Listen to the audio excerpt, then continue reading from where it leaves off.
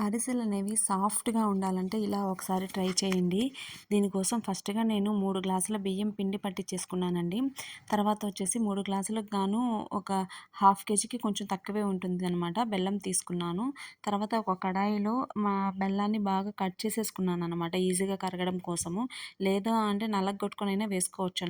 So, ఇలా ఒక కడాయిలో వేసేసుకొని దాంట్లో కొంచెం వాటర్ పోసుకున్నాననమాట. ఎక్కువ వాటర్ వేడి చేస్తే పాకం రావడానికి లేట్ అవుతుంది. సో, అందుకని బెల్లం తక్కువే కాబట్టి కొంచెం వాటర్ అనేది యాడ్ చేసేసుకొని ఇలా పాకం వచ్చేంత వరకు ఫస్ట్ బెల్లాన్ని కరిగించుకోవాలండి. మెల్లగా మీడియం ఫ్లేమ్‌లో పెట్టేసుకొని బెల్లం కరిగిచ్చేసుకొని దాంట్లో ఏమన్నా ఉన్నాయో నలుసులు ఏమన్నా ఉన్నాయో అని చెప్పి మనం దాన్ని వడగట్టుకొని తర్వాత పాకం పెట్టుకుంటే బావుంటుందనమాట.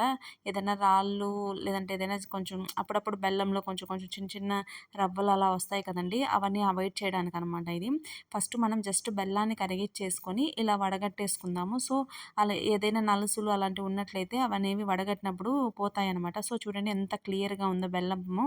సో, ఇప్పుడు ఈ బెల్లం నీళ్ళని మనం పాకంలాగా చేసేసుకుందాము. ఆ కన్సిస్టెన్సీ వచ్చేంత వరకు మనం పాకం పెట్టుకోవాలండి. అది మరీ ముదురు పాకం పట్టుకోకూడదు. ముదురు పాకం పట్టినట్లయితే అవి బాగా గట్టిగా హార్డ్‌గా అయిపోతాయనమాట. అలా అని చెప్పి లేత పాకం కూడా పట్టుకోకూడదనమాట. లేతవి పెట్టుకున్నప్పుడు అరిసె అనేది ఫామ్ అవ్వదు.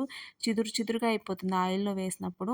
అందుకని చెప్పి ఇక్కడ చూడండి ఇలా చెక్ చేసుకుంటూ ఉండాలి. మధ్యలో మనం కొంచెం వాటర్ ఏసేసి ఈ పాకం అనేది అందులో యాడ్ చేసినట్లయితే మనకి ఉండలాగా ఫామ్ అవుతుందనమాట. కొంచెం మరీ ఉండ కాకుండా కొంచెం దగ్గరకి వచ్చేటట్లుగా ఫామ్ అవుతుంది. ఇలాగా నేను చూపిస్తున్నాను కదా! సో, అలాగా.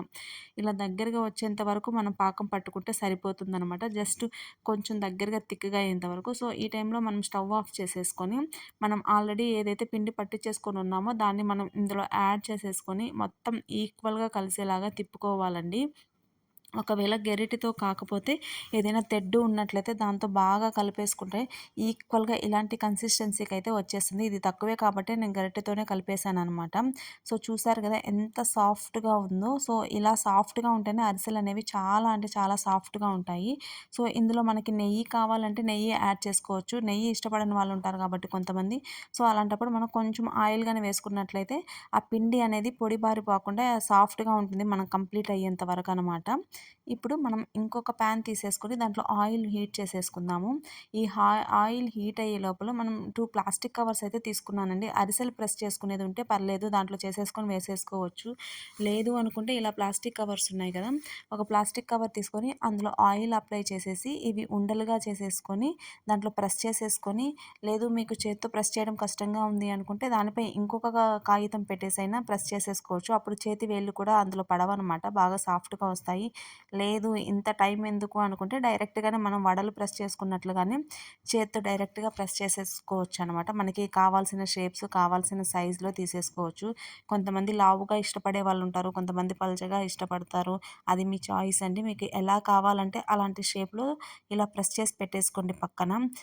తర్వాత చూసుకున్నట్లయితే ఇక్కడ గమనించారు గదా! ఆయిల్ హీట్ అయిందో లేదో చూసుకొని మనం మనం నువ్వులు కూడా యాడ్ చేసుకోవచ్చు కావాలనుకుంటే. నువ్వుల అరిసెలు చేసుకునేటప్పుడు నువ్వులనేది ఆ పిండిలో అయినా వేసేసుకోవచ్చు. లేదు అంటే మనం సెపరేట్‌గా ఉండలు చేసేసుకొని దాంట్లో డిప్ చేసేసుకొని ఇలా చేసుకున్నట్లయితే అరిసెలాగా చేసుకుంటే సో, అలాంటప్పుడైనా మనకి బాగా కలిసిపోతాయన్నమాట. నువ్వులు పిండిలో అయినా యాడ్ చేసుకోవచ్చు. ఇలా అయినా చేసుకోవచ్చు.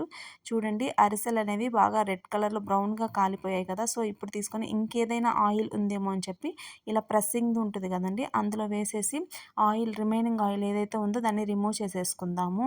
సో, ఇలా అన్నీ తీసేసుకున్న తర్వాత ఒక ఇది ఉంటుంది. ఇలా మళ్ళీ ఇంకొక దాంట్లో పెట్టేసుకొని ఆరబెట్టేసుకుందామనమాట. ఆయిల్ స్మెల్ రాకుండా ఉంటాయనమాట. సో, ఇలా మనకెన్ని కావాలంటే అన్నీ సేమ్ ప్రాసెస్ అండి.